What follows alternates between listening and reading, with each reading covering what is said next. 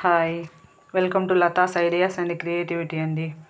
ఇప్పుడు చూడండి, చపాతీ కలిపి పెట్టాను. మామూలుగా కొంచెం చపాతీ పిండి తీసుకొని తర్వాత కొంచెం మనకు తగినంత ఉప్పు వేసుకొని, కావాలంటే టేస్ట్ కోసం కొంచెం చక్కెర వేసుకొని తర్వాత వాటర్ పోసి కలిపేయాలండి. తర్వాత జస్ట్ ఒక స్పూను నూనె వేయాలి. వేసినప్పుడు ఇలా వస్తుంది. ఇంకా స్మూత్గా మనకు రావాలి అంటే చపాతీ కొంచెము ఇలా అనాలండి. ఇలా ఒక 2 మినిట్స్ అనాలి. ఇలా 2 మినిట్స్ ఎప్పుడైతే అంటామో అప్పుడు ఖచ్చితంగా చాలా స్మూత్గా వస్తుందండి చపాతీ. ఇలా అనాలండి, ఫింగర్స్ తోటి ఈ విధంగా ప్రెస్ చేయాలి. ఇట్లా ఒక 2 మినిట్స్ ప్రెస్ చేసామంటే చాలా స్మూత్నెస్ వస్తుంది.